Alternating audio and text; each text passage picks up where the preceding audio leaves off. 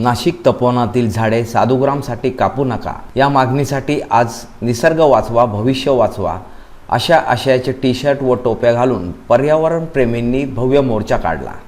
यानंतर महापौर हिमगौरी आडके यांची भेट घेऊन त्यांच्याशी याबाबत सविस्तर चर्चा केली।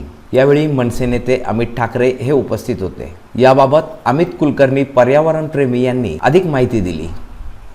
तसेच मनसे नेते अमित ठाकरे यांनी सांगितले की मनसेची सत्ता असताना एकही झाड न तोडता साधुग्राम तयार करण्यात आला होता।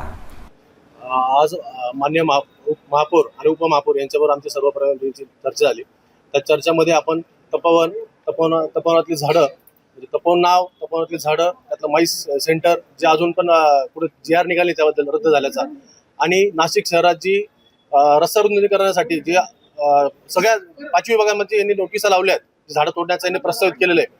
त्याचप्रमाणे गोदावरी नदीचं प्रदूषण काँक्रिटीकरण या सर्व मुद्द्यांवर त्यांची चर्चा आली।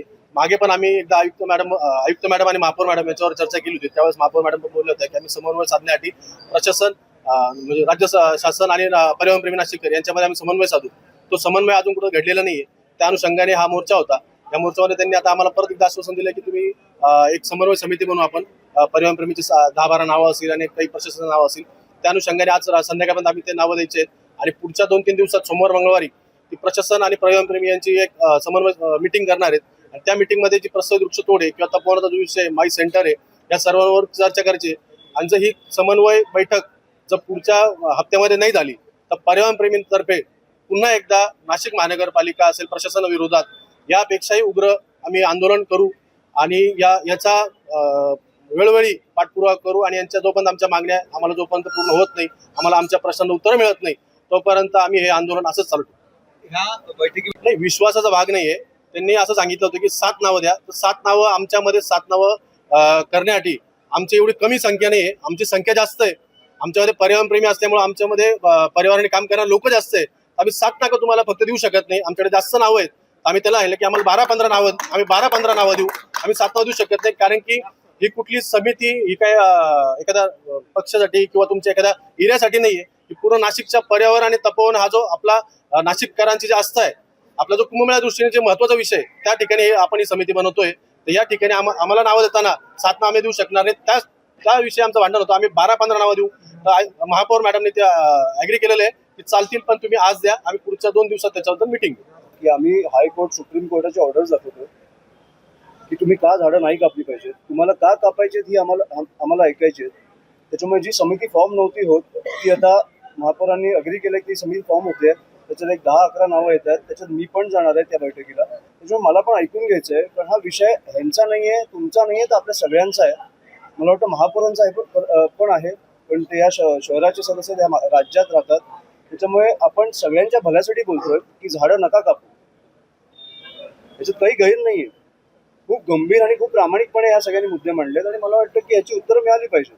पण याच्यापूर्वी देखील या सगळ्यांनी आयुक्तांशी चर्चा केली होती। त्यांनी लेखी आश्वासन दिलं होतं पण आश्वासनाची पूर्तता आयुक्तांकडनं झाली नाही। आपण आयुक्तांशी पण भेटणार आहात का पुढच्या वेळेला या आयुक्तांना मी खरं तर आज भेटायला आले। आज आयुक्त का नाही भेटले मला माहित नाही। हे खरं तर ते निवडणूक आयोगासारखं झालं की राज्याच्या निवडणूक आयोगाला भेटल्यावर तो बोलला की केंद्र उत्तर देणं लागतो। केंद्राचा आल्यावर तो बोलला की राज्य उत्तर देणं लागतो। हे त्याच्यासारखं ते ढकलाढकली चालू आहे। पण आयुक्त पण त्यांचे आहेत महापौर पण त्यांचे आहेत आमदार पण त्यांचे आहेत आणि खासदार पण त्यांचे। त्याच्यामुळे त्यांच्यातलं कोणीही उत्तर द्यावं पण ते उत्तर देईपर्यंत एक झाड कापलं गेलं नाही पाहिजे। पर्याय काय म्हणजे तुम्ही म्हणला की पर्याय आम्ही सगळे द्यायला तयार आहोत। जेव्हा राजसाहेबांची सत्ता होती तेव्हा पण तिकडे कुंभमेळा झालेला आणि आम्ही तिकडे उत्तम प्रकारे साधू संतांची काळजी घेऊन तिकडे सुरळीत पार पाडलेला तो एकही झाड तुटलं नव्हतं। त्याच्यामुळे मला वाटतं की जर इच्छाशक्ती असेल तर आपण हे करू शकतो आणि जर इच्छाशक्ती नसेल जर तुम्हाला कोणाच्या तरी घशात घालायची असेल ती जमीन कुंभमेळा झाल्यावर तर मला वाटतं काय होतं हे तुमच्या समोर आहे। मला वाटतं 5 ते 7 हजार झाडं जे रस्त्यावरची पण कापतायत रस्ता मोठा करायला कशासाठी आपण 500 किलोमीटरचे रस्ते उत्तम केले मध्ये झाड असेल तर त्याच्या भोवती रस्ते बांधले पण उत्तम एक खड्डा नाही पडला पावसाळ्यात। त्याच्यामुळे आपल्याला माहिती आहे की करायची असेल आणि इच्छाशक्ती असेल तर होऊ शकतं। माझी फक्त एवढीच इच्छा आहे की जे काय करतायत तुम्ही ट्रान्सपरन्सी पारदर्शकतेने करा। समितीमध्ये आमच्या लोकांना घेऊन करा आणि त्या समितीमध्ये मी पण असणार।